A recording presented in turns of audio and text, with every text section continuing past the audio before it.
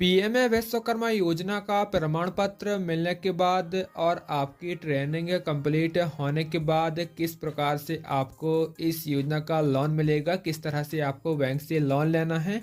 और काफ़ी सारे लोगों को ना पीएम विश्वकर्मा योजना के तहत लोन उन सभी लाभार्थियों को मिल भी चुका है। तो उन सभी लाभार्थियों को ना किस तरह से लोन मिला है, आइए आज की इस वीडियोस में हम पीएम विश्वकर्मा योजना के लोन के संबंध में आप सभी को इसकी जानकारी देने वाले हैं। लेकिन वीडियो में आगे बढ़ने से पहले आप सभी से एक छोटी सी रिक्वेस्ट है, यदि आप हमारे चैनल में पहली बार हैं और चैनल को सब्सक्राइब नहीं किया है, फटाफट से चैनल को सब्सक्राइब कर लीजिए।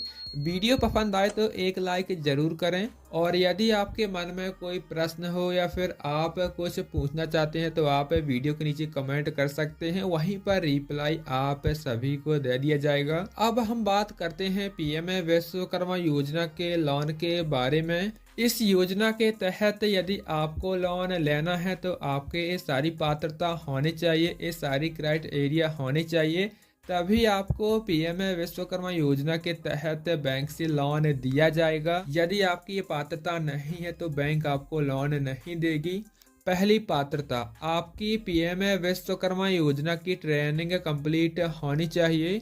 जब आपकी पीएम विश्वकर्मा योजना की ट्रेनिंग प्रशिक्षण कंप्लीट हो जाती है तो बैंक की तरफ से ना आपके पास एक कॉल आता है लोन प्रोवाइड करने के लिए। आपको ब्रांच बुलाया जाएगा और आपको सारे डॉक्यूमेंट्स साथ में लेकर के जाना है जो ब्रांच से डॉक्यूमेंट्स मांगे जाएं, जैसा कि आधार कार्ड, पैन कार्ड, फोटो और भी जो डॉक्यूमेंट्स मांगे तो आपको साथ में लेकर के जाना होगा। और दूसरी पात्रता में यदि कहा जाए तो ब्रांच में आप सभी से पूछ सकते हैं कि आप करते क्या हैं, क्यों आप लोन लेना चाहते हैं, कौन सा काम आप करते हैं। आपको वही काम बताना है जो आपने पीएम विश्वकर्मा योजना के रजिस्ट्रेशन में ट्रेड में आपने जो सेलेक्ट किया था। यदि आपने राजमिस्त्री सेलेक्ट किया था, आपको उसी से रिलेटेड आपको जानकारी देना है ब्रांच में। यदि आपने ट्रेड में राजमिस्त्री सेलेक्ट किया था तो आपको बैंक में राज ही मिस्त्री बताना है कि मैं राजमिस्त्री का काम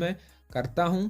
यदि आप कोई गलत जानकारी दे देते हैं कि मैं कोई और काम करता हूं, राजमिस्त्री का काम नहीं करता हूं, तो आपका आवेदन यहां पर रिजेक्ट कर दिया जाएगा, लोन आपका अप्रूव कभी भी नहीं होगा। राजमिस्त्री से रिलेटेड ही आपको बताना है। और तीसरी पात्रता में आपको डिफॉल्टर नहीं होना चाहिए।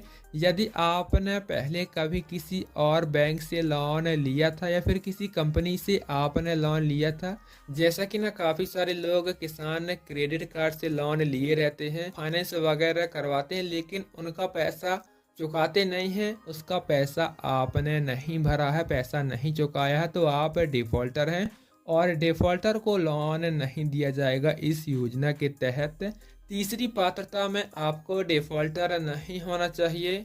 और चौथी पात्रता में भी कुछ इसी प्रकार से है। यदि आपने किसी बैंक से या फिर किसी फाइनेंस कंपनी वगैरह से आपने लोन लिया हुआ है, अभी प्रेजेंट टाइम में आपका लोन चल रहा है, तो आपको पीएम विश्वकर्मा योजना का लोन नहीं मिलेगा। यदि आपका हाल ही में अभी प्रेजेंट टाइम में किसी बैंक या फिर किसी फाइनेंस कंपनी का लोन चल रहा है तो आपको इस योजना का लोन नहीं मिलेगा। तो ये सारी पात्रता ना आपकी होनी चाहिए पीएम विश्वकर्मा योजना के तहत लोन लेने के लिए।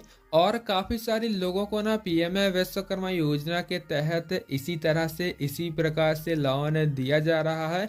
बैंक की सारी पात्रता चेक करती है तभी उन लाभार्थियों को लोन देती है, उनका लोन अप्रूव करती है।